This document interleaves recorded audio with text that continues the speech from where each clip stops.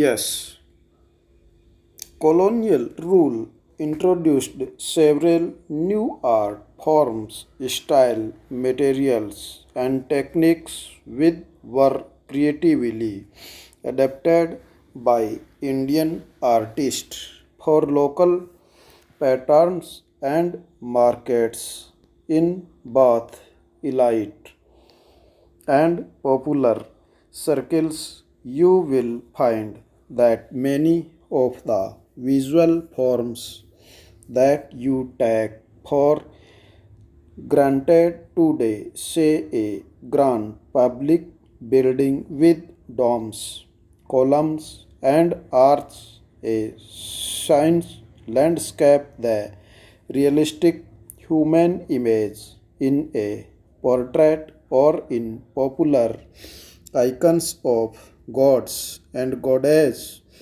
a mechanically printed and mass produced picture had their origins in the period we will discuss in the chapter next. When you look at a work of art, a painting, etc., it may not be obvious that, like most other things, art too is influenced by the world around it. You may not realize that what you see also shapes your own ideas. In this chapter, we will be looking at the change in the world of visual arts during the colonial period and how these changes are linked to the wider history of colonialism and nationalism.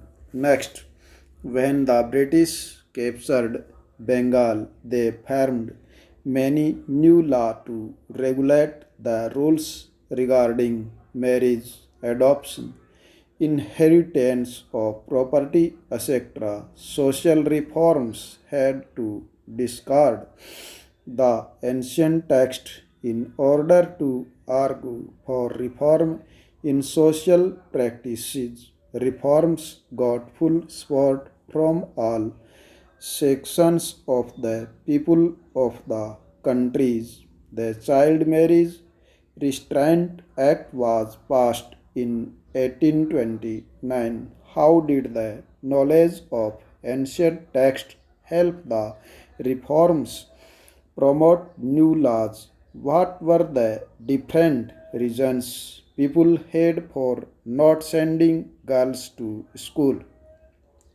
They were Christians, missionaries attacked by many people in the country. Would some people have supported them too? If so, for what reasons? In the British period, what new opportunities opened up for people who came from castes that were regarded as low?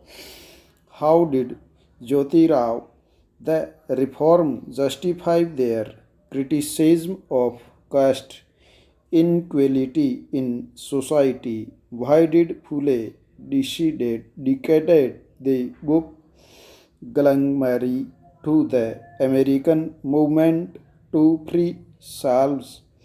What did Ambedkar want to achieve through the temple entry movement? Why were Jyotirao Phule and Ramaswamy Nikayar critical of the national movement?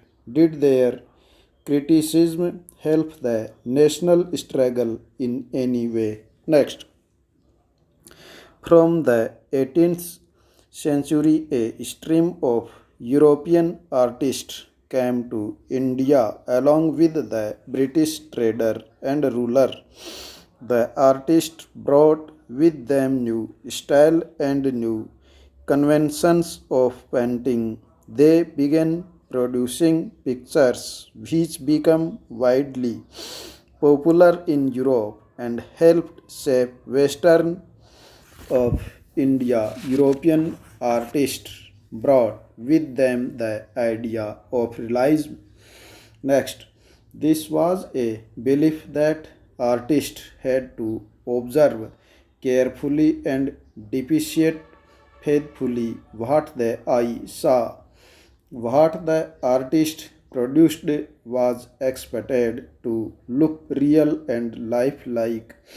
European artists also brought with them the technique of oil painting, a technique with which Indian artists were not very familiar. Oil painting enabled artists to produce images that looked real. Next, not all European artists in India were inspired by the same things. The subjects they painted were varied, but invariably they seemed to emphasize the superiority of Britain, its culture, its people, its power. Let us look at a few major trends within imperial art.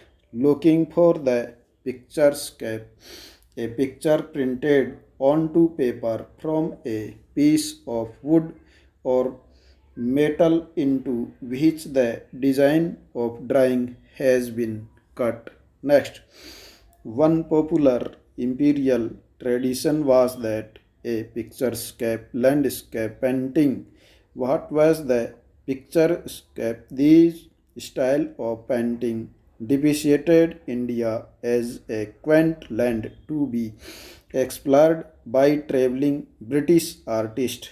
Its landscape was rugged and wild, seemingly untamed by human hands. Thomas Daniel and his nephew William were the most famous of the artists who painted within this tradition.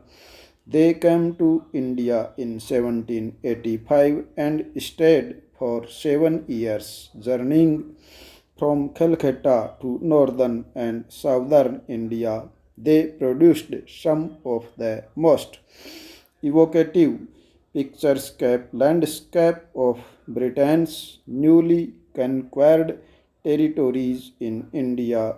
Their large oil paintings on canvas were regularly exhibited to select audience in Britain, and their album of engravings were eagerly brought by up a British public need to know about Britain's empire. Stop.